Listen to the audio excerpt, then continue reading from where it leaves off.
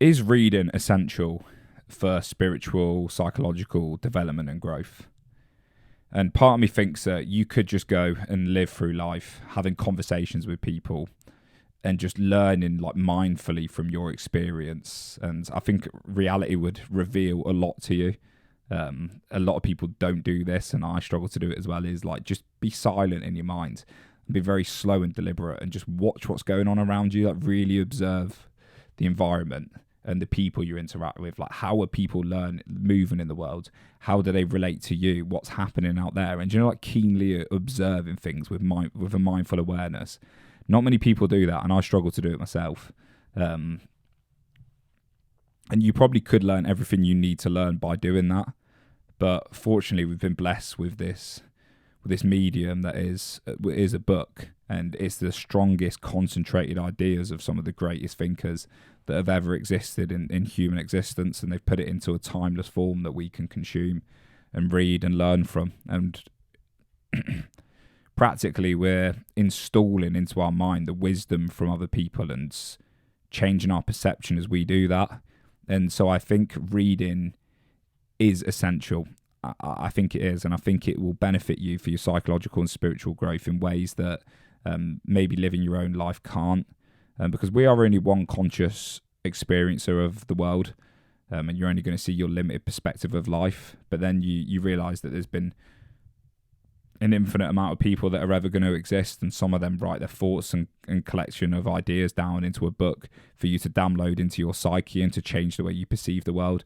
And through that you can act different and interact with the world differently. And maybe reading is of importance, and I found it has been probably the most key cornerstone habit that I've implemented into my life. And it's interesting because our perception shapes our reality, right? But what is our perception made up of? Like, a perception is how you see the world. But then what does that mean to see the world? Because obviously that's not our vision. That's where we put our attention on. So our perception is directly correlated with where we put our attention on, because we perceive what we see. And then how do we put attention on things? Well, there is a hierarchy that determines where we put our attention, because there's an infinite amount of things in the room that exist, and there has to be a way for my mind to discern what to put attention on. And so right now I'm putting my attention on the microphone and the camera and speaking the words, but my mind has somehow orientated a hierarchy of things I shouldn't pay attention to and things I should pay attention to, and has determined that me doing this is what I should consciously be aware of. And when you read, what it does, it works on that hierarchy of values of how you see things. Like it works on the real like deep perception level of how you perceive the world. And when you start reading, especially psychology or something that probably hits the fundamental three parts of being a human, which I would say are wealth, health, and happiness, or I wouldn't really categorize it happiness, but like philosophy, psychology, self-understanding. When you read on that, it starts changing the way where your attention goes and where your aim heads towards, and what we aim at is what we see. So it really changes the way that you perceive and act with the world. And I can just think back to some like key cornerstone books that I've read in my life, and they've always hit me at different points. And the books that were really perception changing and perception enhancing at that time, I go back and read now and I'm like, yeah, that's old news. But at the time it was so enlightening to my current state that it changed the way I actually seen the world. And then I started relating to my own conscious experience differently, and relating to the world differently, relating to the people differently. And it fundamentally changed my value hierarchy of how I seen the world. And if anyone's interested, Man's Search for Meaning by Viktor Frankl. There's a book called Psychosynthesis by Robert Assagioli, or it's by John Furman and Ann Giller, and it's by the Psychosynthesis therapeutic understanding of what Robert Assagioli came up with. Jung's Map of the Soul. I'd say Why Buddhism is True by Robert, I can't remember his name, but he's an evolutionary psychologist. Mastery by Robert Greene. Wisdom of Insecurity by Alan Watts. Some of these books that I've just read at certain epochs in my life have just completely changed the way I relate to the world. And in a way, reading it's a way of doing work without doing the actual work of being in the world. It kind of feels like a hack sometimes. It kind of feels like just a way of like changing your brain without having to go through the pain and suffering of changing your brain. And maybe some of the stuff you read is never going to be as substantial as the life experiences, because I believe we learn and relate to suffering. And when we suffer, that's when breaks in identities and thought patterns and habitual behaviours happen.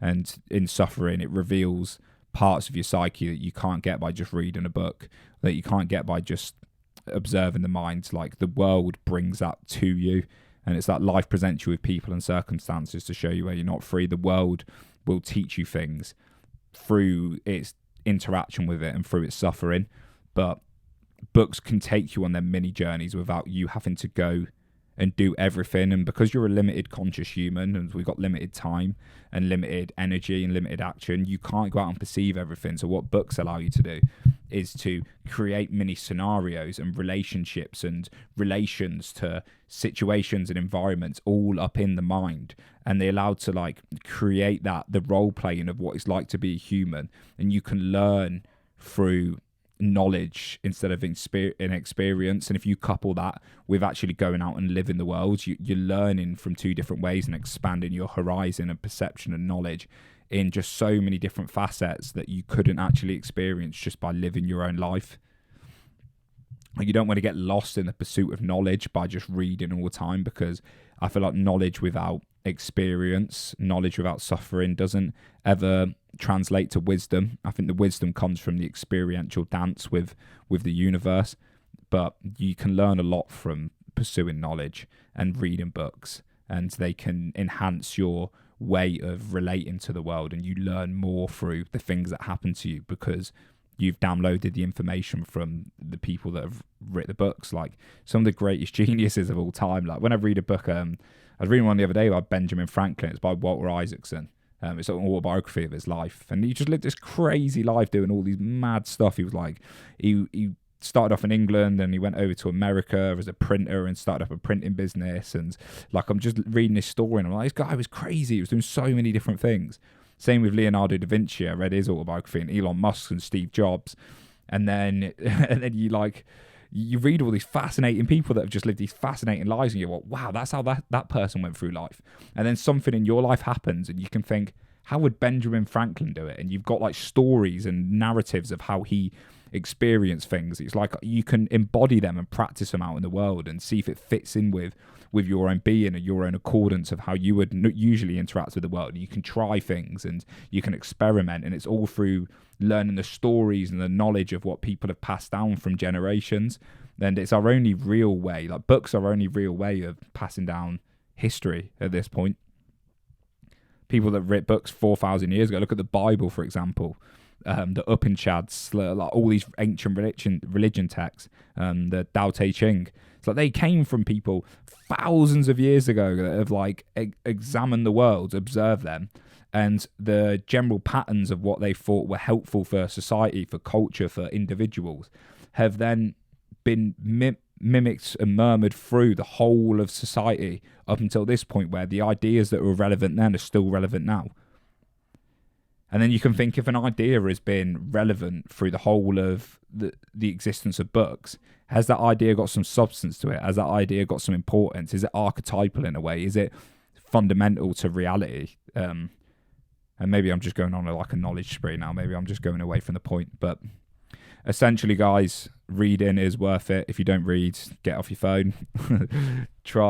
Stay away from the phone and go and have a dialogue with someone's mind, from someone's concentrated thoughts, and see how it goes. Pick an easy book.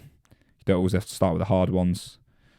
As I've got a little bit more educated, I've started to read harder books. With psychology, I can read quite intense psychological material now, but with like philosophy, or like biology or neuroscience and stuff like that, I have to read more like simple things because I'm still not there with the knowledge. And I'm trying to read Beyond Good and Evil by Nietzsche at the minute, and it's a it's a difficult read. It's very wordy, and the ideas are very concentrated and very dense. Like one of his sentences, like, is packed with information, so it takes a lot more like deliberate, conscious attention to it. But yeah, just give something a read. I'm actually just looking at what books I've got up here at the minute. Let me get down. If anyone wants to pick these up, these are the books beside my bed at the minute. We've got Memories, Dreams and Reflections from Carl Jung. We've got David Hume, Dialogues and Natural History of Religion. I like David Hume. He's a very influential thinker in the philosophical way, especially for skepticism and questioning the idea of God. I've got The Quantum Self, which is an interesting book about, I don't know, I've not actually read it. I think I've read a little bit of it. It was Subatomic Physics. It's interesting. And then the other one was Human Virtuality and Digital Life, which is a really interesting book talking about the virtuality of the human imagination compared to the virtuality of when you go into social media or you go into your phone, and how like it's a representation of one, and how not to get lost in all the social media stuff. Oh. So thank you very much for listening, guys. I just dropped the phone then, so I hope you didn't like cut the video off. And I'll see you all in the next video.